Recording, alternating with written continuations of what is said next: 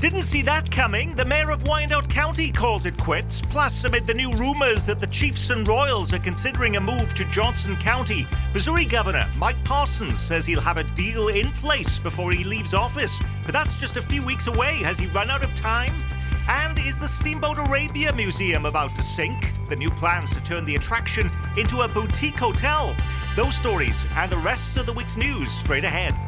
Week in Review is made possible through the generous support of Dave and Jamie Cummings, Bob and Marlise Gorley, the Courtney S. Turner Charitable Trust, John H. Mize, and Bank of America N.A. co-trustees.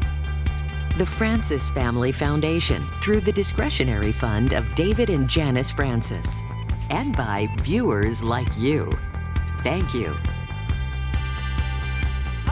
Haynes, glad you joined us on our journey through the week's most impactful, confusing and downright head-scratching local news stories. Hopping on board the Week in Review bus with us this week, Eric Wesson from our Metro's newest newspaper, Next Page KC. It's also great to have former Star reporter and editorial writer Dave Helling back with us, alongside longtime Kansas City journalist and nationally syndicated columnist Mary Sanchez, and tracking the region's top political stories for KCUR News, Brian Ellison. Now, at the start of the show, I want to revisit something we talked about last week. Remember I said Kansas City area Congressman Sam Graves was tantalizingly close to being named the nation's next transportation secretary? Well, scratch that. Donald Trump picked someone else, a Fox News business host, in fact, which makes it official. The Trump cabinet will be a Kansas and Missouri free zone. No Mike Pompeo, Chris Kobach, no Eric Schmidt, no Missouri Attorney General Andrew Bailey. I'm curious, though, why did Sam Graves get passed over after being on so many shortlists? Did he not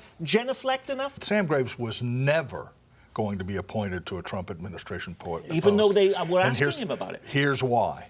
Sam Graves' most important political associate over the years has been Jeff Rowe. Donald Trump hates Jeff Rowe with a passion. You can go back and look at the stories a year ago when Rowe was helping Ron DeSantis run against Trump.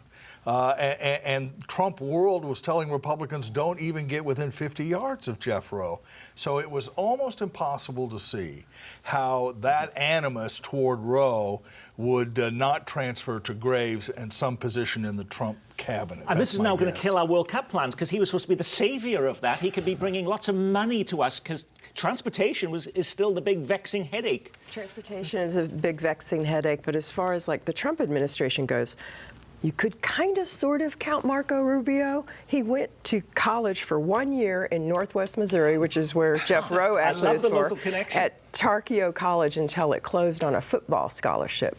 But I would say, too, though, I mean, on all these Trump nominations, this is who you're starting out with on the list. They're not confirmed yet. So many of them have real issues. A lot of it does seem to be playing along the lines of who has done Trump a favor so far, and then he tends to go through staff. So there's still maybe hope for some of these names. There was right. perhaps a small consolation prize for our area when 2 Missouri attorneys were picked to join the Trump White House. D. John Sauer, a lawyer you've probably never heard of in your life before. He was chosen to be Solicitor General, and Will Scharf, who ran in the Republican primary for Missouri Attorney General, has been named White House Staff Secretary. Is that a made-up title or a slot with some cachet there, Brian? Actually, Staff Secretary in the White House has been a pretty important role, but one that operates below the radar. It's the person who's, in theory at least, responsible for organizing the papers and determining what the flow of business to the president's desk is. Now, President Trump in his first administration was not known for his prodigious devouring of policy notebooks, so it's not clear if it will have as much power in that. But it's a West Wing office. It's an inner circle assistant to the president, usually travels with the president. So it actually is potentially a pretty influential role. Now, speaking of jobs, right after the election, we mentioned how Kansas City Mayor Quinton Lucas says he would be interested in a top job at the DNC, the Democratic Party's main fundraising and campaign coordinating arm. Well, the New York Times is out this week with an expansive shortlist of names now vying for that job. And guess what? Quinton Lucas doesn't make the list. Now what? Has Lucas run out of options for a comfortable place to land with his time as mayor running short, Eric? County executive. Really? Would that be a step down? Well, it would be the county versus the city, and the county does have more land mass. Let's also remember that his term does not end until 2027. That he has a long runway here to make decisions about his future. If he wants to take that time, we have the World Cup and other things in 2026 that I think he'd like very much to be at the forefront of. Now, speaking of mayors, I didn't see this one happening. The mayor of Wyandotte County in Kansas City, Kansas, is calling it quits. Tyrone Garner announcing this week he will not run for re-election next year after serving just one term. Now, it's rare to see a local politician voluntarily leaving office. Usually, you have to drag them out kicking and screaming. What is going on here, Dave? Ty Garner had things he wanted to do in Wyandotte County and realized that, A, it was going to be extraordinarily difficult, and maybe his skill set was not completely congruent with the changes he wanted to make. There are a lot of competing interests in Wyandotte County, and he's had some health problems, so that may have played into it as well. It is strange, however, that when he ran, of course, he said, I can fix Wyandotte County, and then once elected, decided I can't fix it anymore. Is that because he was a police officer prior to getting into political office? He was an outsider. Is it a reflection of the fact that it is very difficult for somebody with no knowledge of politics to be successful, or are there things in Wyandotte County's system of government that makes it really very challenging to actually achieve anything? I think both, all of the above, and probably some other factors that we don't know about. Law enforcement is very military in how the rank and file and how you answer to someone above. You know, it doesn't mean that, you know, people don't go rogue, but it's just very different than a political system that has so many moving parts. You've got the unified government, but you've got the BPU that has so much power. They also somewhat neutered him a little bit early on in 2022, I think, when they changed, the commission they changed the power of the mayor so that he can't really set the agendas for the meetings the way he used to before. So that really took away some power.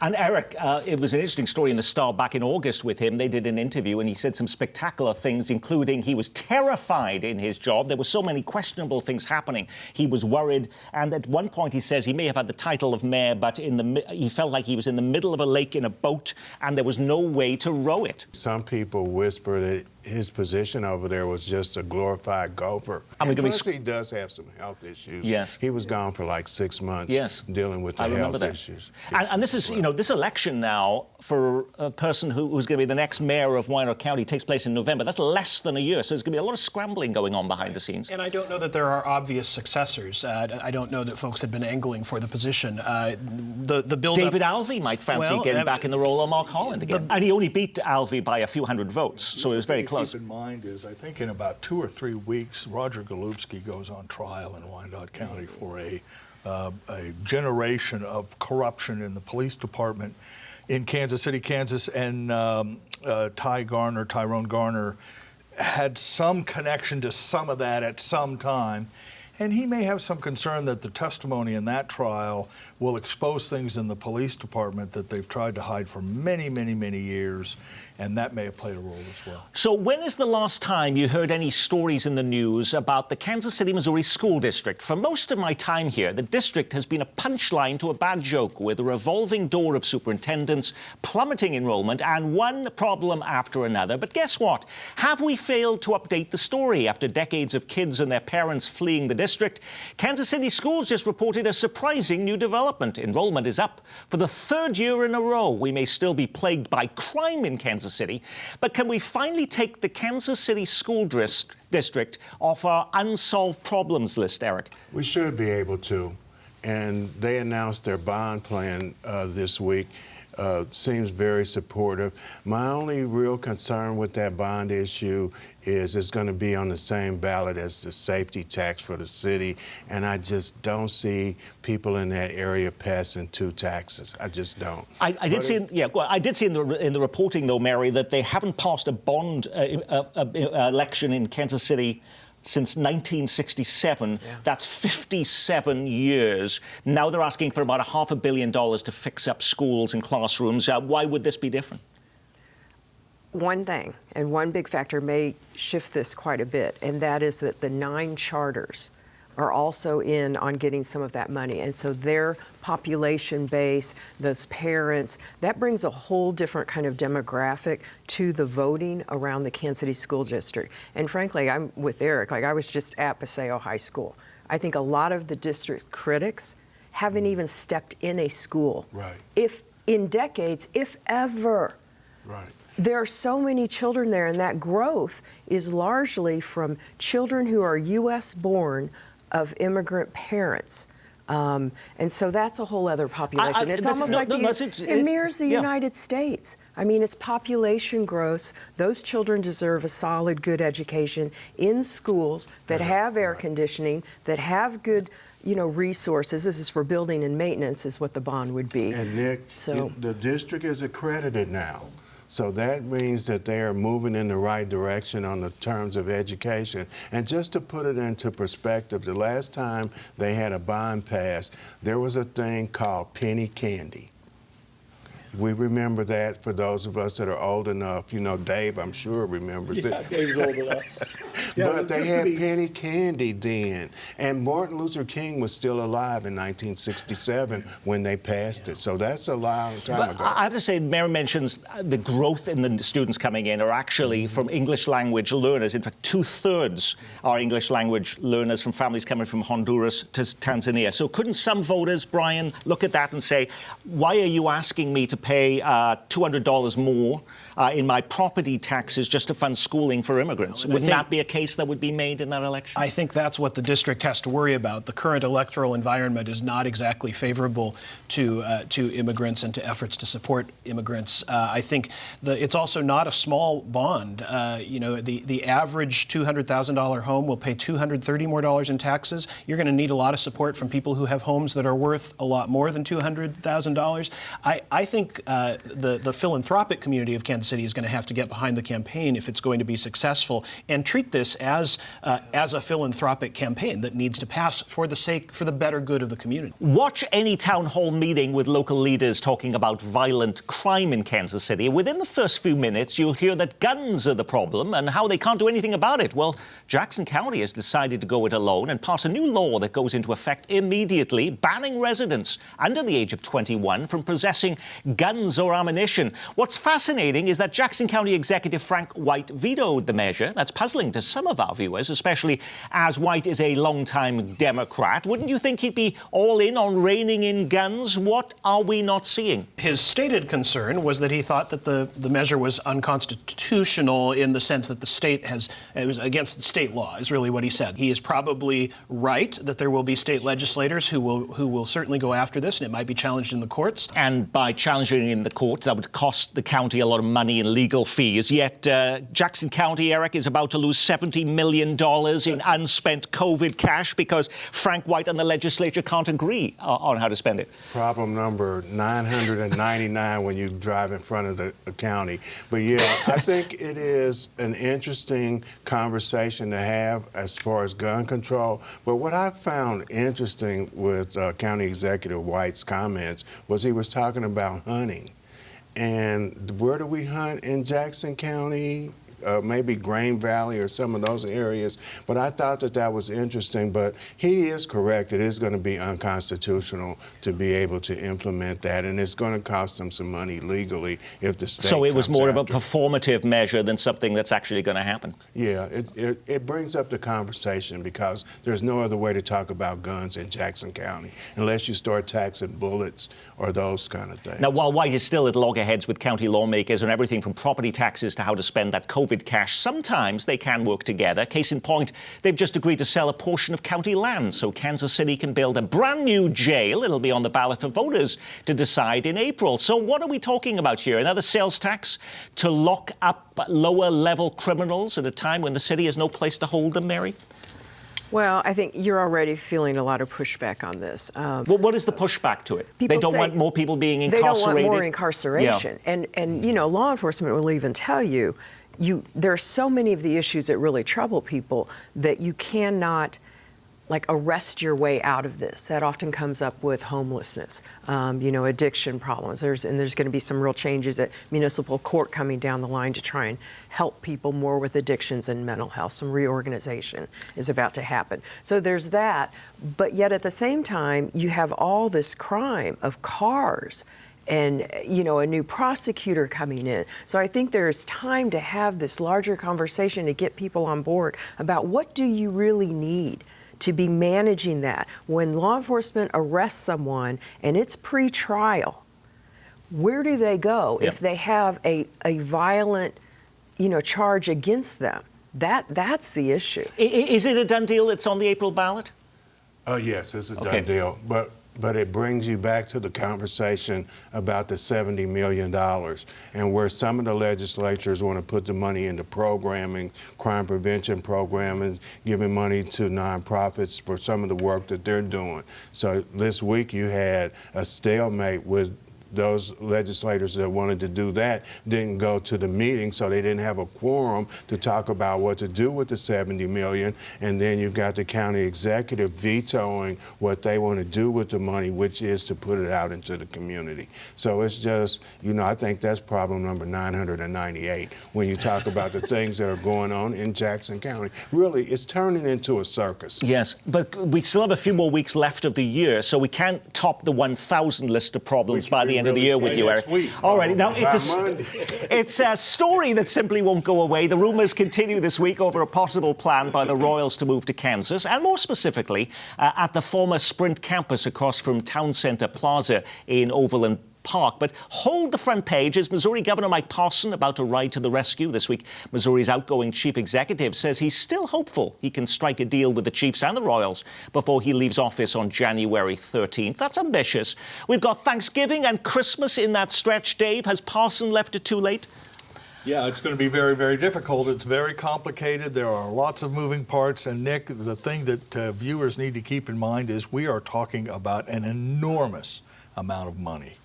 And trying to move that kind of cash around this close to a deadline for both the Chiefs and the Royals is going to be very difficult, particularly since the Royals don't really know what they want to do, apparently. And the Chiefs are still trying to figure out exactly how they want to proceed. Let me just tell you a quick story. The Chiefs played the Buffalo Bills last weekend, and they're building a new stadium right next to the old one. Do you know how much that stadium costs? $2.1 billion. Of that, $600 million is coming from the state of New York and $250 million from the local taxpayers, and the team is coming up with the other $1.5 billion. Those are enormous numbers. I don't see, maybe my colleagues disagree, I don't see the state of Missouri coming up with $600 million for a stadium. And by the way, the Chiefs, if they build new, will undoubtedly pay more than $2.1 billion just because of inflation and because they would have to tear down the old Kauffman Stadium, which would be expensive as well. So this remains very much an unsettled question. Parson did concede, by the way, on Fox 2 Now in St. Louis this week that it is likely Chiefs will build a new training facility in a different location, possibly outside Jackson County and potentially on the Kansas side. Brian, could that end up being the compromise that keeps everyone happy? I don't know, Nick. There are 5 capable journalists around this table, and the one thing that we know is we don't know anything about where seriously? either That's stadium what we brought you in. For either team. Every week we have new rumors, new ideas, new proposed sites, and I think partly it's that, as Dave said, the team themselves, both teams don't seem to know exactly what they want to do. But when you hear Governor Parson talk about a different county, when you hear Laura Kelly continuing to make a play for the Kansas side, the question that really matters is whether I will be able to take the streetcar to Royals games from my home. And I feel that it's less certain today than it was before, but I still don't know where it's going to be. One of the things Mayor Lucas has talked a lot about is having a Royals proposal which doesn't have to go to a vote of the people. But you can do a referendum on anything in Kansas City for about 3,500, 4,000 signatures. So I think at some level level, there will have to be a vote in Kansas City, and that hasn't been factored in. John I Sherman doubt does we'll see not that. want to go back Yeah. to the voters But again. he may so. not have any Neither- choice. If there's a neither. petition drive after something passes, you just put that back I on think the ballot. if the only solution is to have in order to have something in Jackson County as another vote of the people, I'd think we won't be in Jackson. I have to say, go on, Eric, please. That's problem 936. Okay, all right. Going back to Jackson County with that. I have to say, on a personal note, I am reluctant to give too much validity to these stories that the Royals will move to Johnson County, especially as the team's owner, John Sherman, saying absolutely nothing about it. But more flesh was put on the bones of that story this week when the Kansas City Star took out its tape measure and reported there would be ample room for a ballpark on the site. And perhaps just as significantly, they counted the parking spaces, according to the Star. There are 12,500 spots there spread throughout 14 parking garages, in addition to parking in Town Center Plaza and other nearby developments. Isn't that, though, half the battle solved, Mary? Parking? If they're interested in that site, if that site is available, I mean, I just think there's so much about, frankly, sometimes news that is a little bit too much. People sitting around tables going, well, you know, that's the chin stroking, and I'm going to make a list of who I think might end up in the cabinet, or I'm going to make my idea about. It's like, no, there's really nothing to it. And we just don't know enough. Sometimes you just have to. I think it's because we have don't nothing to know. report since the election is over. We're twiddling our thumbs, wondering what we're going to put in our newspaper and our telecasts. It's not downtown. Okay. The other problematic thing about the Overland Park sites, Nick, is they're in residential areas. Yes. And, you know, single-family homeowners did not count on a 40,000-seat baseball stadium as a neighbor. They will resist with vigor if this ever becomes true. Alrighty, is Kansas City Steamboat Arabia Museum about to sink? The attraction has been told there are plans afoot to turn the space into a boutique hotel when its lease expires next year. That after 25 years as an anchor in the city market. People travel across the country to see it. They don't travel necessarily across the country to stay in a hotel. So this museum is unique. Hotels are nice, but they're not necessarily unique. It seems they've been threatening to move for over a decade, claiming they've been courted by cities across America. Has the city market simply got fed up of them, Eric? I don't really know, but I think it's an attraction to that area. But with the new parking regulations that they have, with people having to pay $30 to park, do they consider that a deterrent for people going down into that area? So it's going to be interesting to see what happens with that. You know, it's also interesting. I see David Hawley this week. He is trying to get his lease renewed. He's not been successful getting that done, but he is interested in moving to the American Royal Building, and they're going to be vacating that soon to go to Kansas City, Kansas, and a new campus there. Wouldn't that be a deal worth making? Perhaps. I think that area, though, the whole West Bottoms has seen a revitalization, and so that would be a good place to go into. You know, any museum has to continuously uplift and upgrade its, you know, exhibitions and bring in new things, and it would allow him a restart on, you know, some property on his things that he showcases that are really pretty stagnant. So. They could also move into the Mission Gateway site, which is still just a construction zone after how many years? The Royal Stadium is going to go. Let's start that rumor. That'd be a good place for it. In the Star Building. But moving the Steamboat Arabia closer to the river might be a good thing. On the other hand, the streetcar has really changed the calculus, Nick, in City Market, because people will be able to visit that from all the way down at UMKC once the streetcar is finished. So I think they're expecting more traffic. I just find it interesting that David Hawley has for years threatened to leave, and now all of a sudden is complaining because he wants to stay. Well, when you put a program like this together every week, you can't get to every story grabbing the headlines. What was the big local story we missed? Nearly 2,000 auto workers at GM's Fairfax plant are pink slipped this week. General Motors is temporarily shutting down production at the Kansas City, Kansas facility to transition to electric vehicles. The move signals the end of the line for the Cadillac XT4 and the Chevy Malibu, two models that are being retired by GM. So the sky didn't fall this week just because the Chiefs lost. The perfect season may be over, but the dream of a three-peat continues Sunday as the Chiefs take on the Panthers in Charlotte. At one time, it could have been the site of the new Royals ballpark. Now the former Kansas City Star printing press building gets a new use. It may not be as glamorous, but it's going to be turned into a mega data center. The CBS Morning Show brought its entire team to Kansas City this week ahead of this weekend's National Women's Soccer Championship final at CPKC Stadium. But it's going to be a bittersweet event for Kansas City. The KC Current isn't playing after a heartbreaking semi-final loss. We now know what it'll cost to snag a seat at one of Kansas City's World Cup matches at Arrowhead Stadium. FIFA just announcing ticket prices will start at $323, with a spot in a skybox or business suite topping $4,300. Tickets for the tournament will be available late next year. And the wait is finally over. The new Chiefs Hallmark movie premieres next week. Andy Reid and Donna Kelsey among its stars. You can catch it next Saturday at 7. OK, Mary, did you pick one of those stories or something completely different? I didn't, and it's not necessarily a big story, but just one that kind of moved me. You know, I did see where overnight there's been another traffic accident where I think it was a man in South Kansas City near Red Bridge who was in a wheelchair and was hit by a car. But we have so many traffic fatalities, and we're coming up on the holidays. People, if you're smoking pot, you shouldn't be driving a car. Brian. You know, last week we spoke on the program about Lead Summit Republican John Patterson, who is the incoming Missouri House Speaker, who had taken a position that actually drew him a challenge for the speakership by saying that Missourians and the legislature should reflect the will of the voters and not attempt to limit abortion. He changed the wording of his position on that this week after a meeting behind closed doors with the House Republican caucus. Came out and said that, you know, laws can be, quote, improved or changed.